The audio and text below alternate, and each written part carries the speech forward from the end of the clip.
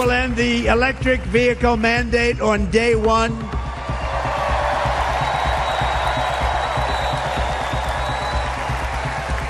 Thereby saving the U.S. auto industry from complete obliteration, which is happening right now, and saving U.S. customers thousands and thousands of dollars per car.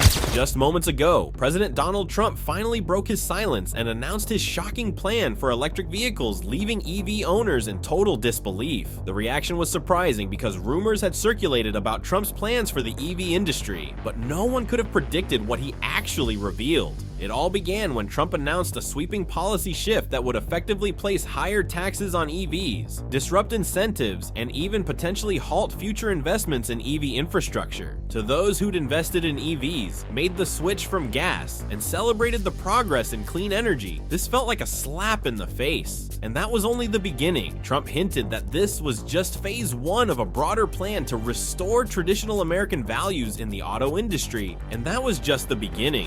It's just a temporary thing because you will not have any manufacturing plants. China is going to take over all of your business because of the electric car and because they have the material we don't. What we have is a thing called gasoline. We have gasoline. We have so much gasoline we don't know what to do. They don't have gasoline. So why are we making a product that they dominate? They're going to dominate. You will not have a car industry left, not even a little bit of a car industry. So that means that charging stations, subsidies, and other incentives that had encouraged millions to go electric are suddenly under threat. As Trump spoke, some people on social media shared their fury online with tweets reading, "How could he do this? This feels like a betrayal, and this policy could set us back decades." Professor Masters believes Trump's reposition of power will now change the landscape of EVs overall. Hi, everyone. Yet with Elon Musk also becoming closer to Trump, many are wondering if the relationship will have any impact on future policies.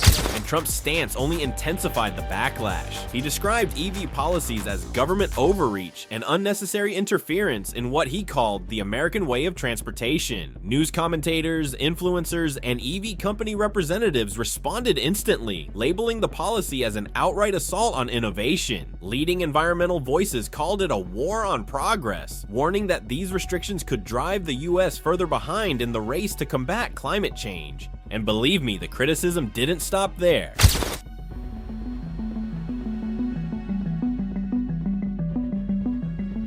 I'm going to put a 100, 200, 2,000% tariff. They're not going to sell one car into the United States. We're going to make Detroit great again. When foreign leaders and CEOs call me up to complain about our tariffs, my answer will be very simple. Build it in America. Mercedes-Benz, BMW, all of the Volkswagen, millions and millions of cars. They don't want anything from us. We have deficits that are crazy. We're not going to have any more. We're going to put tariffs on them. It's a perfect application for a lot, but not for everybody. Someone gasoline propelled, and we have a lot of gasoline right under there. You know the story with hydrogen. It's great until it blows up, in which case you're not recognizable.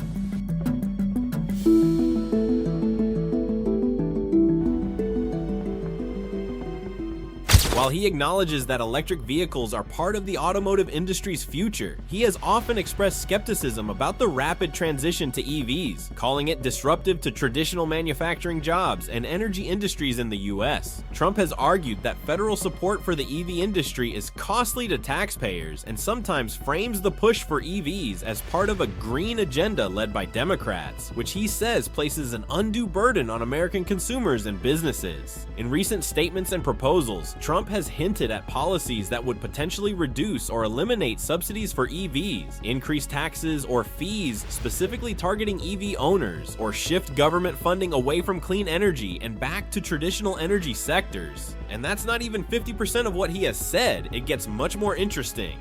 Now they want to go all electric and put you all out of business. You know that, right? To the welders, assembly line workers, machine operators, forklift drivers, pipe fitters, tool and die makers, mechanics, electricians, technicians, and journeymen. We love being with you, and we love being with you right in your environment. You built this country, you love this country, and you are the ones that make our country run. You know that, right? Biden's mandate isn't a government regulation. It's a government assassination of your jobs and of your industry. The auto industry is being assassinated. And it makes no difference what you get. I don't care what you get in the next 2 weeks or 3 weeks or 5 weeks. They're going to be closing up and they're going to be building those cars in China and other places. It's a hit job on Michigan and on Detroit. So as everybody knows, Trump is not the biggest fan of the EV industry.